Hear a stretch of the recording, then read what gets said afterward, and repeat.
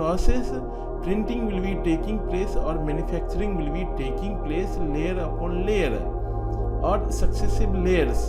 So this material will be coming out from the either nozzle or maybe powder bed will be there. From there itself, how the techniques are used for the printing the material in that way, and the layer upon layer material will be built up.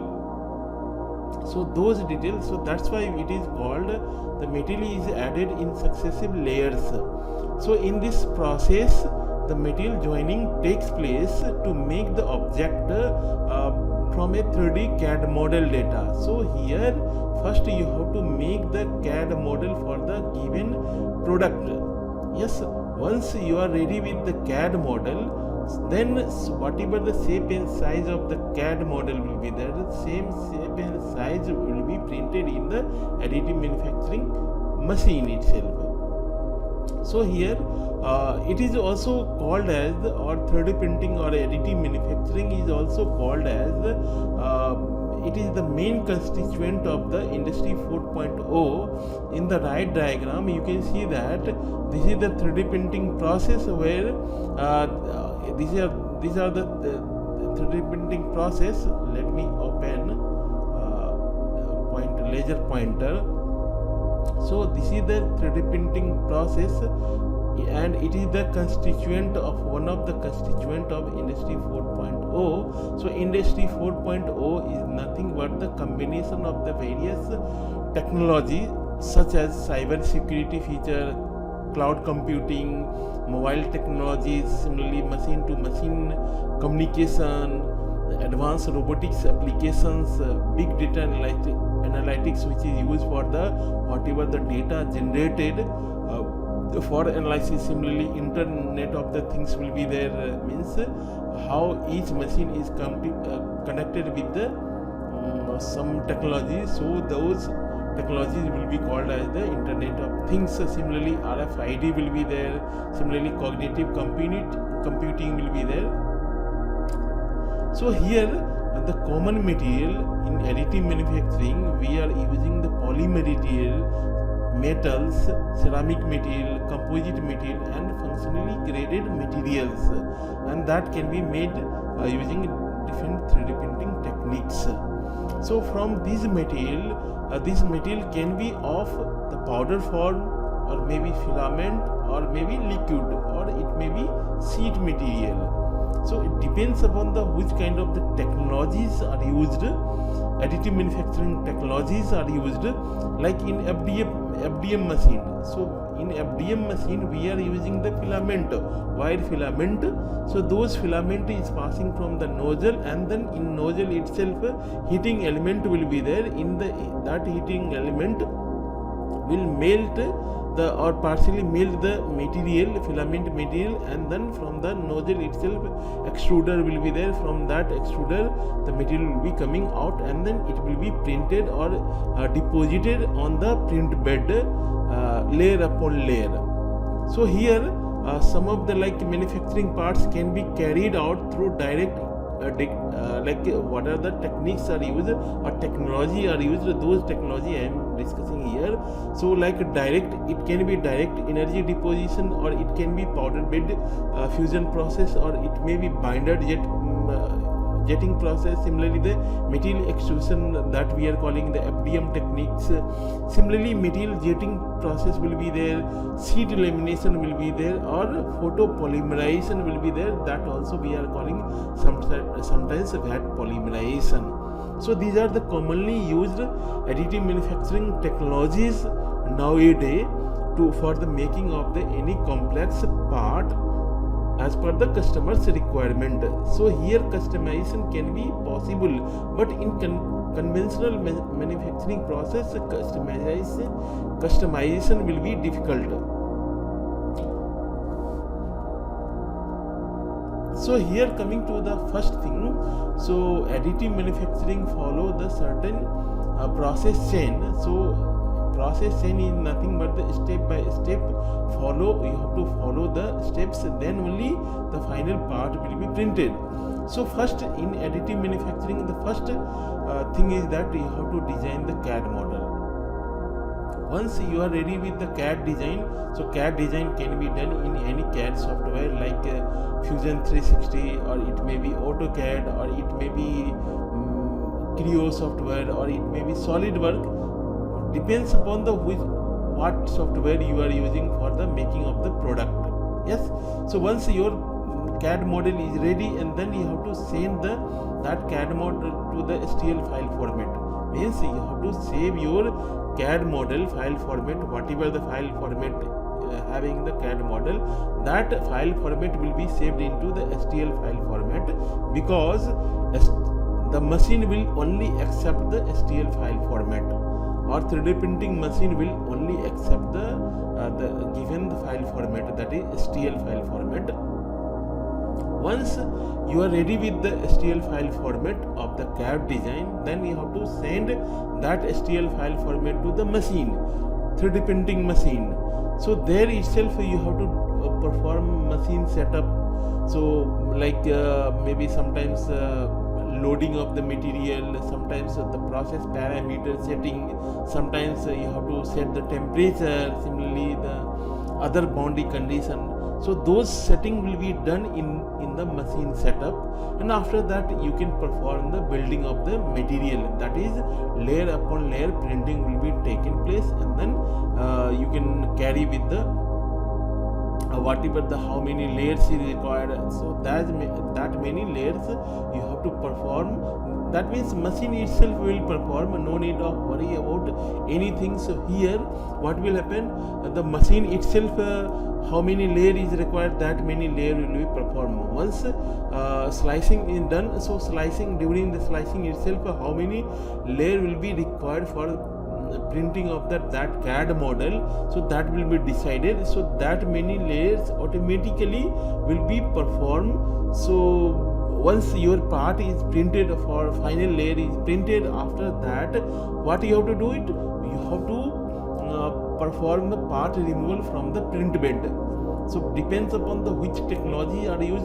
So in that way the part removal will be easy or maybe difficult, depends upon the what kind of the, like example in FDM manufacturing process, part removal from the print bed will be easy as compared to like metallic material 3D printing process. Because in metallic material 3D printing process you have to, maybe part will be permanently joined with the print bed, so you have to take the print bed and you have to remove the part from the print bed using maybe wide cut electrical discharge machining process are used. So once your part is removed from the print bed, then you have to go for the post processing. Why post processing is required? As we know that additive manufacturing process, the quality of the surface finish is not good as compared to other conventional technologies. Why? Because here layer upon layer printing taking place, because of that layer mark will come, similarly the layer upon layer some thickness will be coming. So because of those quality, print quality will be not as good as compared to the material removal processes. So once you have performed the post processing operations, then you have to go for the whatever the applications you are using for that, or that is part which is used for the making of the particular applications. So those applications directly can be used from after post processing operations. So these are the different steps with the diagram also I have presented here. So first you have to make the CAD model, then you have to send this CAD model to the STL file format, and then you have to send this for the slicing operation and orientation, if you required any orientation or any desired orientation of the product. So like example, so you can make the water bottle in the horizontal way printing also, or you can make the water bottle in vertical way printing process. Yes, so suppose this is our one object, so this can be printed either vertical way or it can be printed like horizontal way, depends upon the how much strength is required, so and what is the application in which the what kind of the loading condition is required. So based on that one can decide either they can print on the horizontal or it can be printed on the vertical way. So once after that, so these are the different steps I have presented through one image, so it is easy to understand. Now coming to the what is the difference between the additive manufacturing process and the subtractive manufacturing process. So in additive manufacturing, from the name itself, we are making the product layer upon layer, means you are depositing material. But in the case of the subtractive manufacturing process, you are starting with the bulk material, or you can say the big size of the product. From that you are removing the unwanted material from those bulk material, and to get the desired shape and size of the final product, what is the customers required. As per there only you can make the what is the final shape and size. So you are removing the unwanted material from the different part of the material, and then you are getting the final shape. So in this way you are getting a lot of the material wastage, because you are removing the material to get the final shape and size. So in this way lot of material will be going wastage. Now coming to the additive manufacturing process, you are taking the required amount of the material, which is how much is required for the given one layer. So once one layer is printed, after that again the material will be same, required material will be taken from the stored material, and then it will be deposited only the required quantity. So in this way the final part it will be made like this. So here wastage will be minimized, so almost negligible wastage will be there. So what kind of the wastage will come, one can ask, because you are not wasting material. So here the wasting in terms of the, sometimes we require support structure during the printing process. Yes, so those support structure is not part of our CAD model, or that is not the included in our final product. So those support are used only for during the printing process. So those material have to removed. So for that purpose, so certain material will be going to the wastage. So that's why I have mentioned here some material will be going to wastage. Classification of the additive manufacturing can be done by the various ways. So one of the technique is the based on the raw material. So what are the form of the raw material are used, based on that classification is done. So those classification are like based on the liquid material, so liquid type of the like VAT polymerization techniques will be there. Similarly based on the solid material like filament based FDM techniques are there. Similarly based on the like powder form or powder bed system will be there. So based on that classifications are done for the additive manufacturing process. So another classification which is given by the ASTM, Americans. Now we will understand about the classification which is given by the ASTM, American Society for Testing in the Materials. So based on that they defined there are certain other technologies of the additive manufacturing. So based on that they classified like direct energy deposition.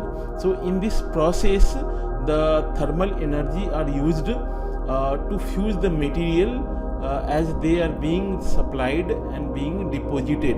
So during the deposition itself the energy will be used, and that energy will be used for the melting of the materials.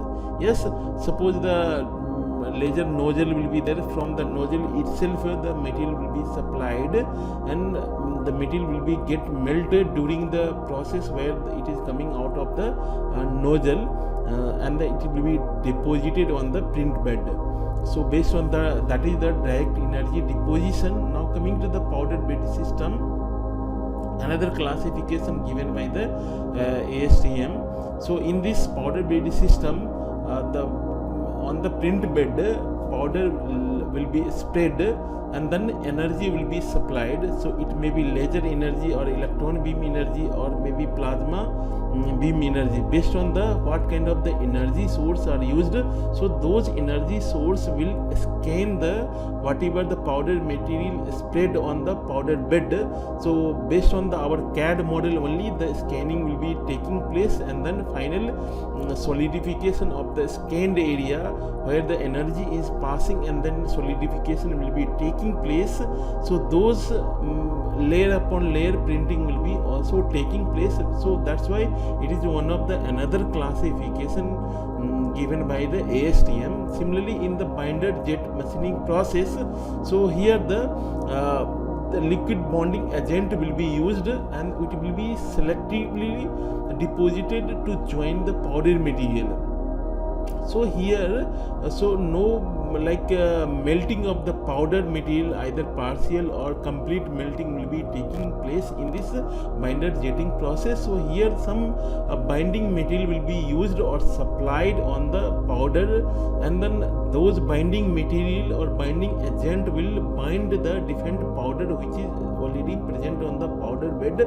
So in this way, one layer binding will be taking place, and similarly the next layer powder will be spread again, and then binder will be supplied. From that binder itself again the a binding of the powder material will be taking place. So that we are calling it the binder jetting process. Now coming to the material extrusion, so that name widely used the FDM, fused deposition modeling process. So in this extrusion process, the material will be extruded or filament will be extruded from the nozzle or extruser. So from there itself melting will be taking place or heating will be taking place, and then liquid material will be coming out from the nozzle, and then it will be deposited on the print bed. So in this way, layer upon layer printing will be taking place. So whereas in case of the material jetting, so in the process of the material jetting, the drop of the build material are selectively deposited. So here material will be deposited in the form of the drop. So drop by drop the material will be jetting from the nozzle, and then it will be printed on the. So here after jetting, no heating will be taking. Before itself the material melting will be taking place, and then drop by drop material will be deposited on the print bed.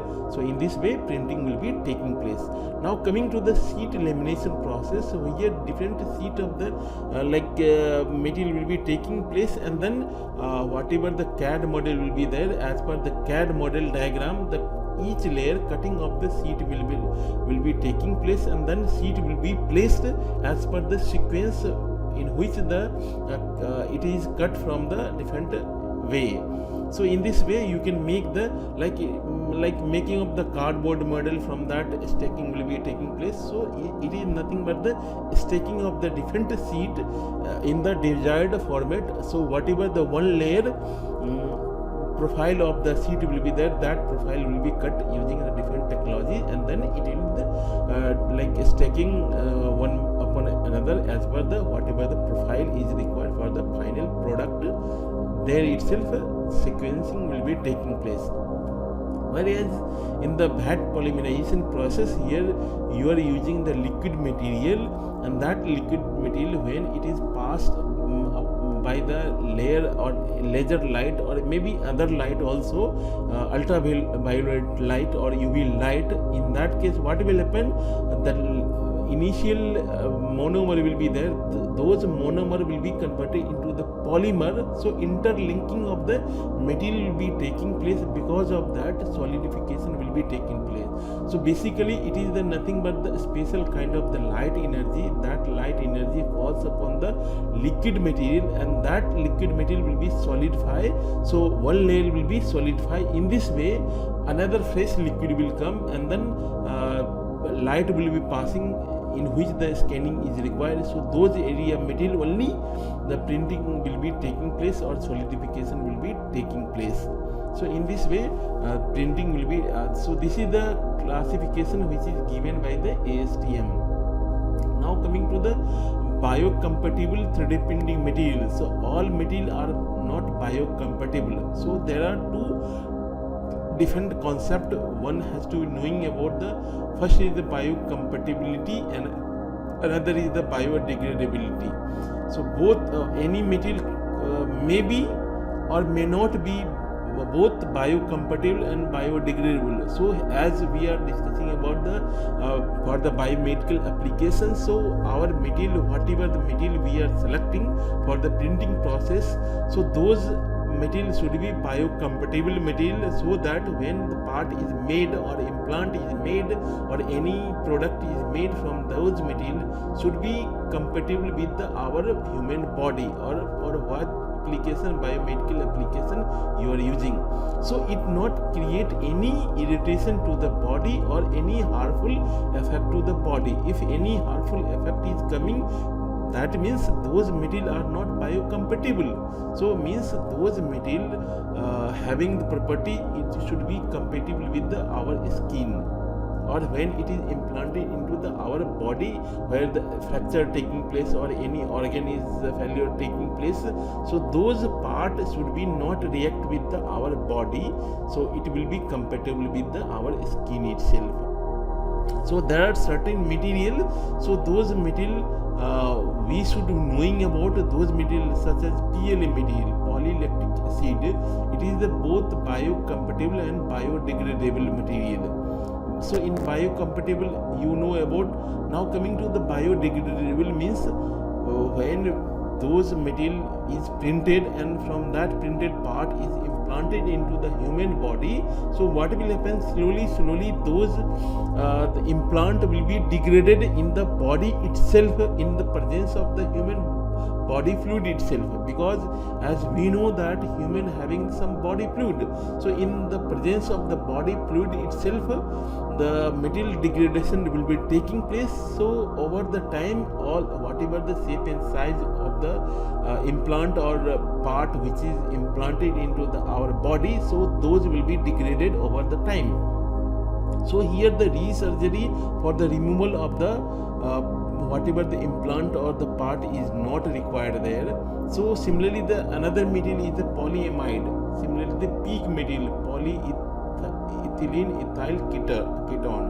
So similarly titanium one of the very famous metallic material. So in that Ti6-4L V is the very famous material having the properties of the lightweight material. So density of those material will be very low, because of that it is having the weight of the material will be less only. So nowadays any human body which is damaged or maybe body fracture happen, that time the doctor are making the implant and that implant is implanted into the whatever the area where the fracture taking place. So different alloys of the titanium will be there. Similarly the other material cobalt chromium alloys will be there, which is widely used for the making of the implant and the prosthetic applications. So similarly this material when used in the 3D printing process, the fine mesh or lattice structure on the surface of the implant can be also generated. In the right side of this you can see that this kind of the lattice can be produced for this material and then it will be implanted into the human body. So what will happen, the bone growth, suppose we are making of the bone, so in that case bone growth will be taking place it will be the vacant area or empty area will be there. So in this way one can make the implant as the lattice implant. Similarly CBN particulate reinforced with the titanium material, so it may increase the wear resistant property of those titanium material, as we know that titanium having the poor wear resistant properties. Because of that, if you are using the any implant which is made from the titanium alloys, so over the time the wear and tear will be taking place to the implant and it may cause to the human body or maybe pain will start in the respective area where it is implanted. So that's why to increase the wear resistant properties of this material, titanium material, so one can like reinforced with the CBN material. Because why is CBN material? Because CBN material having the properties of the high wear resistant, so it will decrease the wear out of the given implant or made implant.